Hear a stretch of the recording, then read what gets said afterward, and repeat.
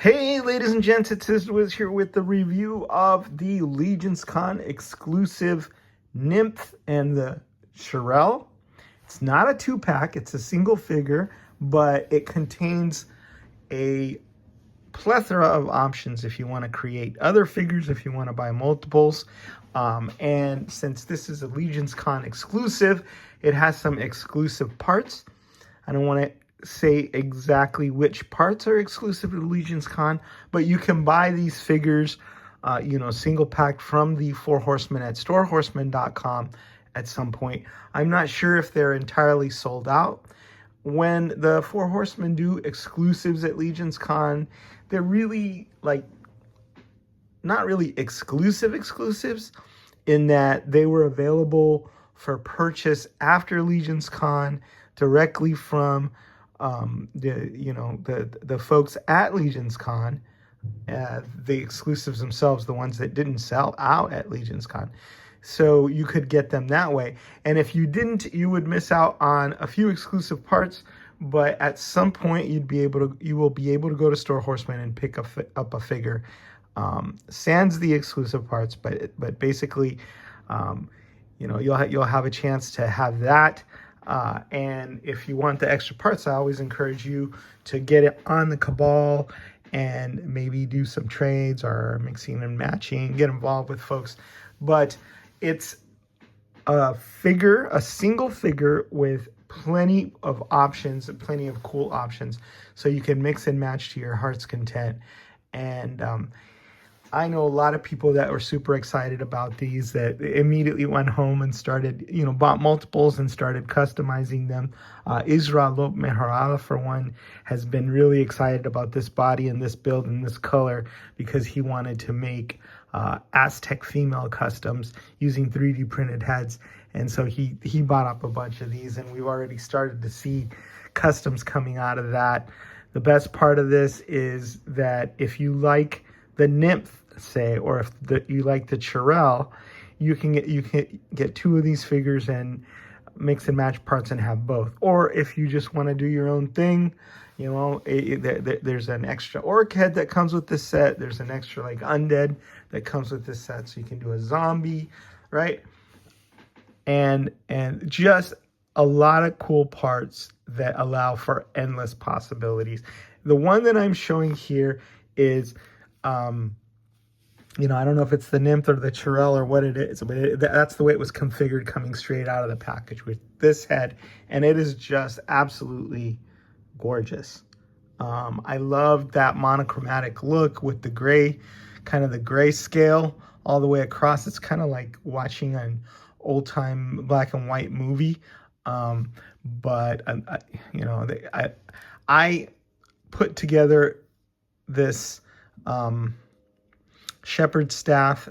I don't know if she's meant to come with that, but there are also options with the staff and the accessories. But this is the armor that she came with. This is the belt with the pouches, with the little, I think that's either a whip or some kind of rope.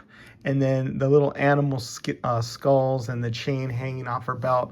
It's really, really cool. And then, of course, the highlight for me is the head sculpt. I'm seeing kind of a little bit of maybe Zoe Sultana in there. I don't know, but she looks really super good. So the thing about this set is that it comes with 4 female heads, and then it comes with a zombie scaphoid type head in this, with this really, really cool accessory. Now, we've seen this before with Belualith. I think she had a skeletal bird in there. This one you could have a zombie head. Maybe it's still alive and still chomping or whatever. And she has it there as a decoration that she can carry around. Who doesn't want to have a zombie head that's still undead and biting people? But that's cool. You can open this up. You can put a bird in there if you want. You can put a couple of heads in there if you want, or you could just take the scaphoid head and put it on your new scaphoid and have a different zombie sculpt for that. it was really, really smart of Jeremy Gerard and the team who put together these exclusives to include those extra scaphoid heads, because that's just going to sell more scaphoids for people who are scaphoid crazy and want to have different heads to pop on there and make different characters. So that's a very cool and very good reuse of an accessory. Here's another very cool reuse of an accessory. It's the rat. We got this rat with Ganesha, right? I think probably in a different color, but awesome. You can never have enough rats, and it's cool. You know, you could put, I know, you could probably put that rat in a cage or just have it hang out with the other rats from your other figures. I got the gold rat when I was putting together the armory experience because, hey, I want every rat they put out. I'm gonna want that. So let's talk about some of the extra accessories that come with this figure. I've already showed you the staff. The topper is the shepherd staff. You also have this, which we've gotten with other figures, including Scaphoid. It's like a magical skull, and this one is gray to match with the grayscale, and you can put that around her arm so they can be shooting out like a mage or a wizard. Yeah, a magical skull coming out is awesome. And then I've already showed you the rat. I've showed you the skull. There are these little bits and bobs that we've seen before, right? There's like a raven skull you can hang on her belt. There's a bundle of bones or bundle of sticks or whatever, like a magical bundle. And then there are these bags and like potion bottles. Very nicely painted, very nicely detailed. But you can hang those from the belt if you want to sort of expand the magical items that your character is carrying. So the raven skull, you know, the bundle of magical bones, and then the little potion patches. And then you also get these nymph wings, which are also translucent and gray. And they're not like the full wings that we got with, that kind of stuck in here. The full wings that we got, but if you've got a nymph and she just has her wings down or whatever, these do well in that respect. You can plug them right into the back and they will look cool. So I think this face goes well with a woodland nymph with these you know, extra small wings. You get this extra weapon here, which is a wicked looking spiky blade. Again, nicely painted with the wooden handle, and then just a very, very cool look to it. So there's that weapon in case she wants to chop you up. And then you get a series of hands as well. Let me count those. 1, 2, 3, 4, 5, 6. 6 extra hands, gesticulating hands, magical hands, gripping hands. So 6 extra hands, and then 2 on the figure. That's 8 hands, 8 different options. So basically any kind of configuration that you're going to want, as many hands as you're going to want. 2 more staff toppers. I think it's really smart what they did with these new staffs, because this is like a new staff with a thinner stick, so it works well with the smaller hands that the female figure has. But then you can put the old toppers so they fit on there, and there's this gnarled wood topper, and then there's this other topper that has like a blue ball at the end. And then so there's 3 different options for staffs. And then you could put that skull on there, or you could put one of the other heads on the end of the skull. Just pop that on, and that would also look super cool as well. Let's show how this head looks with the skull on the skull topper. This wouldn't be the one I'd choose. I would choose the obviously maybe the scaphoid skull on there, because that'd be pretty scary. Somebody with a skull at the end of their staff. This is like a elf, right? And we've seen this sculpt used before, and she's beautifully done, beautifully painted. The dark pupilless eyes, where it's just the entire eye is dark, is a really, really striking look for her, right? So there's one of the extra female heads, and here is the second, and I think my favorite, maybe, as far as, not for beauty, but just for sheer oomph, right? She's got a skull, and she's got dreadlocks. You know, she's got tusks, so she's either an orc or a half-orc, possibly. We've had this head sculpt before in green as a female orc, and it was super cool. But it's not, seeing it not in green, it has a whole different aura to it, without pupils, with that white sclera in her eyeballs. Just really, really scary. And the paint's really well done, like the paint around the eyes, so the dark circles around the eyes, the furrowed brow, you know, the nose.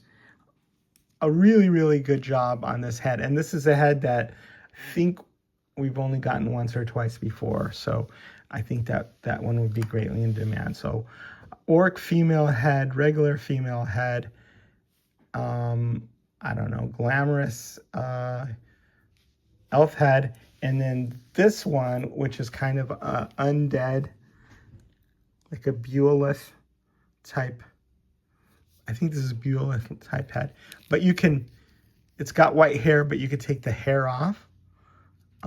So you can replace that with some of the other hair options. There are other figures that have hair that you can pop off, that you could use to have different colored hair on your figures. Like I think the figure Ghost of Christmas Past, maybe.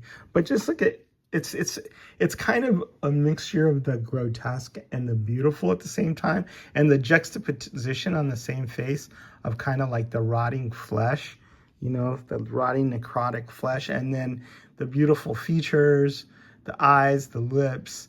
It's a pretty compelling looking character. So this, I think, is also going to be another big favorite, along with the orc female head. And this one, she could, you know, have stepped right out of Vogue or whatever, because she just looks absolutely gorgeous. They all do, right, in their own way. This one perhaps a little scarier, but yeah. So 4 different female or elven or orc heads, so you can feature on this base body. You got all the extra bits and bobs, so you can personalize your figure. You've got all the extra hands. You've got the 3 different toppers for this. You've got the bird cage with the zombie scaffold colored head in it, and you got this really cool bit of soft goods by C. Jesum, where it's just basically a cloak, you know, and a hooded